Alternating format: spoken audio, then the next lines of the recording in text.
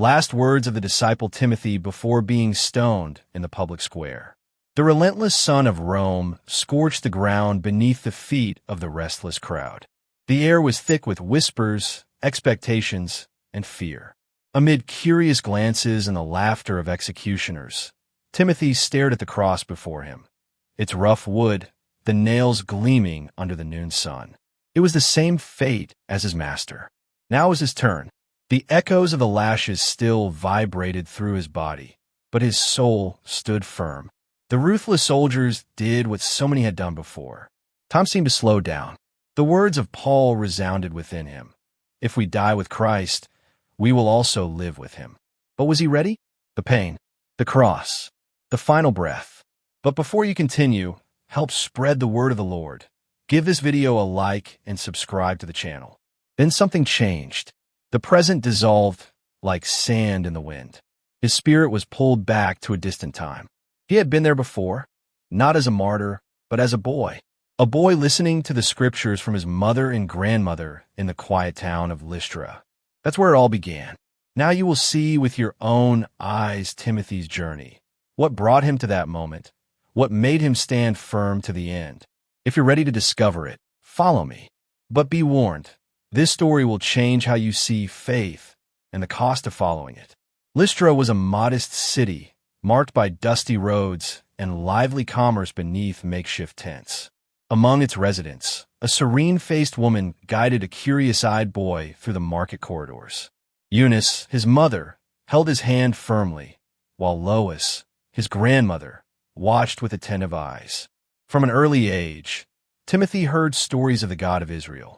It wasn't just a tradition, it was his identity, something that pulsed within him like a latent fire. The days were simple but rich in teachings. In the morning, Timothy helped his mother with daily tasks, and at night, he would sit with his grandmother to hear passages from the scriptures. She spoke of Moses and the crossing of the Red Sea, of David and his psalms of trust, and of the prophets who foretold the coming of a Messiah. His eyes sparkled with expectation, even without fully understanding the weight of those words. However, growing up in a divided family wasn't easy. His father was Greek, a man with different beliefs who looked skeptically at his wife's and mother-in-law's faith. He never forbade Timothy from listening to Jewish teachings, but didn't encourage him either. Between two cultures, two beliefs, and two ways of seeing the world, Timothy often wondered who he really was. Until one day, a visitor changed everything. The news spread quickly. A Jewish preacher named Paul was in town. His teaching was unlike that of the local rabbis. He spoke of a man named Jesus, the Son of God, who had been crucified and resurrected on the third day. He claimed that this Jesus was the fulfillment of the very scriptures Timothy had heard from his grandmother. Driven by a stirring curiosity, young Timothy snuck into the square where Paul was teaching. He listened to every word as if his soul were awakening. This was it. That man spoke with authority. He didn't just explain the faith, he lived what he preached. And at that very moment, without even realizing it, Timothy's life took a direction he never imagined. The crowd pressed in. Paul gestured as he explained the scriptures. Timothy huddled among the people, trying to absorb every word. Paul spoke of a Messiah who came into the world but was rejected, of a king who ruled not with swords but with love, of a Savior who gave his own life so that all might live. Timothy's heart pounded. Those words weren't just religious speeches. They were alive, cutting into his soul like a sharp blade. For the first time, everything made sense. He remembered the stories his grandmother told him about the prophets and the promise of God. Could it be true? Was Jesus really the long-awaited Messiah? And then something happened. A commotion began to form. Some of the local Jews, disturbed by Paul's message, started stirring up the crowd against him. Shouts rang out. Threats were hurled. Timothy saw men grabbing stones, ready to strike. He held his breath as Paul was shoved aside. The violence escalated. Within minutes, Timothy saw Paul being dragged out of the city. The young man froze. His heart urged him to run, but his legs refused. Why was this man willing to suffer so much for this message? That night was long. Timothy returned home in silence, unable to erase the image of Paul being stoned. But what happened the next day left him breathless. Paul was alive. Even after nearly dying, he returned to the city, wounded, bruised, bleeding, but with eyes burning with determination. He had not fled. He had not surrendered. On the contrary, he continued preaching the same message. The following days felt like a whirlwind for Timothy. Paul's name wouldn't leave his mind. How could a man endure such suffering and still preach with such conviction? Something inside him burned, a deep desire to understand more, to follow that path. Then the opportunity came. Paul returned to Lystra some time later, this time accompanied by Silas, another faithful disciple. He preached with the same intensity, but this time Timothy didn't just listen. He approached. Eunice and Lois noticed the stirring in the young man and encouraged him to seek out Paul. After all, they too had accepted the message of Christ. When he finally stood before Paul, Timothy felt the words catch in his throat. The apostle observed him for a moment and then smiled. "I've heard about you, young man. Your heart longs for truth, doesn't it?" Timothy nodded, feeling a warmth spread through his chest. Paul could see beyond appearances. He saw the flame of faith growing inside him. Then came the unexpected call. "I want you to come with me." Timothy's world seemed to stop. Go with Paul? Leave his home, his mother, his grandmother? He looked at Eunice, who gave him a look of approval mixed with sadness. Lois, in turn, held his hand tenderly. "If God has called you, my son, go." Timothy swallowed hard. This was it, the beginning of a journey that would change his life forever.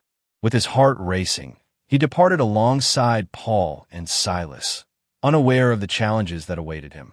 The road was long and scorched by the sun. Timothy felt the weight of the journey in his feet, but the exhaustion could not extinguish the enthusiasm growing within him. He was beside Paul and Silas, learning directly from those who had given their lives to the gospel. Each day was a new lesson, a new story of faith and endurance. But the journey would not be easy. In the first city they visited, they encountered resistance from the Jewish leaders who refused to accept the message of Christ. The synagogues were divided. Some believed, but many were enraged. In Philippi, hostility grew. One day, while preaching, Paul and Silas were accused of disturbing public order. Before they could react, they were beaten and thrown into prison. Timothy saw it all, helpless. His heart tightened as he watched his mentors being dragged like criminals. He wanted to do something, but what could an inexperienced young man do against the might of the authorities? That night, while the two were chained in prison, Timothy heard something that would mark him forever: singing. From within, Paul and Silas sang hymns to the Lord. Even wounded, even imprisoned, they praised God. In that moment, Timothy understood the true meaning of faith. Trusting in God didn't depend on circumstances. He realized that following Christ meant facing hardships, but also experiencing a joy the world could never steal. The next morning, an earthquake shook the prison. The chains fell, the doors opened, and the jailer, astonished, fell at Paul's feet, asking how he could be saved. Timothy had witnessed the impossible, and in that moment, he knew there was no turning back. He had been called to something greater than he could ever imagine. The road stretched ahead, and with it, Timothy's heart grew stronger. After witnessing Paul and Silas's miraculous release from prison, he realized that a disciple's life would not be easy, but it was a life of purpose shaped by trial. Each city brought new challenges. In some, they were welcomed with joy. People heard the message of Christ and gave their lives to the Lord. But in others, the resistance was fierce. Religious leaders were enraged. Mobs were stirred against them. Timothy quickly learned that the gospel always provokes a reaction: love or hate, acceptance or rejection. But his greatest test was yet to come. In Thessalonica, Paul's preaching caused a great uproar. The Jews who rejected the message incited the people against them, and a group of zealots began to hunt them down. "They can't stay here. If they do, they'll be killed," warned the brothers of the church. Paul looked at Timothy with a grave expression. "You must leave before us. Go to Berea. If something happens to us, the work must go on. Timothy hesitated. Leave alone? Abandon Paul and Silas in their moment of greatest danger? Fear tried to overwhelm him. He was still young. Could he really carry on without them? But then he remembered. He remembered the unshakable faith of his grandmother Lois, the courage of his mother Eunice, the singing of Paul and Silas in prison. He took a deep breath and nodded. That night, while the city boiled in fury, Timothy departed for Berea, not knowing if he would ever see his mentors again. It was his first mission alone, and he could not fail. The wind cut across Timothy's face as he walked the road toward Berea. His heart was still heavy from the farewell. What if Paul and Silas didn't make it? What if he never saw them again? But he knew the mission was greater than his fear. The gospel could not be stopped. When he arrived in Berea, he noticed something different. The Jews there were more noble than those in Thessalonica. They listened to the message and searched the scriptures to confirm its truth. Timothy preached with boldness, and many believed. For the first time, he felt the weight of leadership. The same Jews who had once stirred chaos in Thessalonica, those who had rejected the message of Christ with violent zeal, soon discovered Paul's new location. Word had reached them that he was now in Berea, boldly preaching the same gospel that had disrupted their control in the previous city. Their hearts, hardened by pride and fear, could not bear the idea of Paul continuing his work freely. Fueled by rage and religious jealousy, they set out once more, not to seek truth, but to silence it. When they arrived in Berea, their plan was clear: sow division, incite the crowd, and drive Paul out. Whispers of rebellion began to circulate among the people. Tensions rose. What had started as a peaceful reception of the word now trembled under the threat of mob violence. The once attentive listeners were now torn between curiosity and fear. The peaceful atmosphere that had welcomed Paul began to shift. The storm was coming. The danger escalated with each passing hour. The local believers, seeing the signs of what was to come, knew they had to act. Memories of Paul being beaten, imprisoned, and nearly killed in other cities haunted their thoughts. They couldn't bear to see him fall into enemy hands again. Not here, not now. After prayerful discussion, the brothers came to a decision. Paul had to leave, but this time, something was different. In the past, whenever persecution threatened, Timothy had gone where Paul went. He was the younger companion, the disciple under the wings of the seasoned apostle. He followed, listened, and learned. But now, a new chapter was unfolding. This time, Timothy would not flee.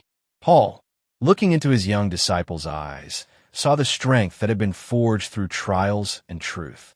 He placed a hand on Timothy's shoulder and, with a voice full of trust and responsibility, spoke firmly. You and Silas will stay here to strengthen the church.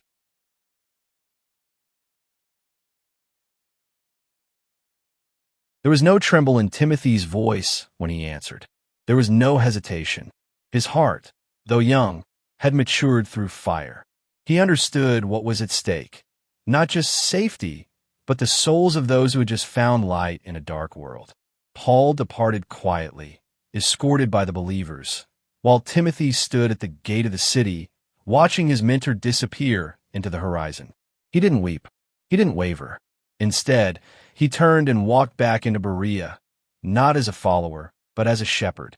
In the days that followed, Timothy became the heartbeat of the Berean church. He gathered the believers in small groups, teaching them the truths of Christ. He recited the scriptures with clarity and power, drawing from the wisdom passed down from his grandmother Lois, his mother Eunice, and the many teachings of Paul. The people listened not just to his words, but to the life that gave those words meaning. He sat with the sick. He prayed with the afraid. He broke bread with the hungry. He baptized new converts. Every action he took breath life into the young community. Persecution still loomed. The shadows of their enemies had not vanished. But the courage in Timothy's heart shone brighter than any fear. He knew that if faith was not strengthened now, it would shatter when tested. He taught them to expect trials, not as punishment, but as part of the journey. He reminded them of the cross, of the suffering of Christ, of the joy that comes after the night of pain. And as he taught, his own faith deepened. He was no longer simply echoing Paul's words. He was living them. One evening, as the sun set behind the hills, casting golden light across the city, a messenger arrived. Dusty from the road and breathless from haste, he carried a scroll in his hands. Timothy opened it carefully. It was from Paul. Paul was in Athens, and he needed them. The letter was short, but its urgency was clear. The harvest was plenty, and the laborers few. There was work to be done, souls to be saved, truths to be proclaimed in a city full of idols and philosophers. Timothy did not delay. He called for Silas. With a calm resolve, they packed what little they had. There were no long farewells, no dramatic partings. They had sown seeds in Berea. Now it was time to water others elsewhere. As they walked along the road to Athens, Timothy looked back once, not in regret, but in gratitude. Berea had changed him. It had tested him, stretched him, matured him. He had gone in as a student. He was now a teacher, a mentor, a pillar. And still, the mission pressed forward. There would be more trials, more enemies, more nights of uncertainty. But there would also be more souls waiting to hear, more hearts longing for truth, more churches to be built. The mission never ended. It only moved forward. And Timothy, once the boy listening to scriptures in his grandmother's home, now walked boldly toward the unknown. Because the calling of God was greater than comfort, and the flame of the gospel in his chest refused to die. Timothy's life was not marked by ease, comfort, or applause, but by quiet obedience and bold devotion. He began as a boy shaped by the faithful whispers of two godly women, drawn by the voice of truth spoken by an apostle, and refined through the fire of persecution and mission. He didn't seek recognition, he sought to serve. He didn't preach to be known. He preached so that Christ would be known. Through every city, every hardship, every farewell, Timothy held on to one unshakable truth. The gospel is worth everything. He stayed when others fled. He spoke when silence was safer. He comforted the fearful, taught the hungry, and stood between the church and chaos. And even when the stones were raised and the crowd gathered to silence him once and for all, Timothy stood firm, eyes fixed not on fear, but on eternity. His final breath wasn't one of defeat, but of victory, because the true measure of a life isn't how long it lasts, but how deeply it touches eternity. And Timothy's life echoed far beyond that dusty square, beyond Rome, beyond his generation. It echoed in every church he helped build, in every disciple he encouraged, in every letter Paul entrusted to him. His story reminds us that faith doesn't always roar. It often whispers in the quiet moments of decision. Stay when it's easier to run, speak when your voice trembles, believe when your heart breaks. So may we, like Timothy, answer when God calls. May we rise when others fall away. May we press forward, even when the world presses back. And when our time comes, whether in quiet solitude or in the face of fierce opposition, may we too be found faithful, with eyes lifted toward heaven, hearts burning with purpose, and lips ready to say,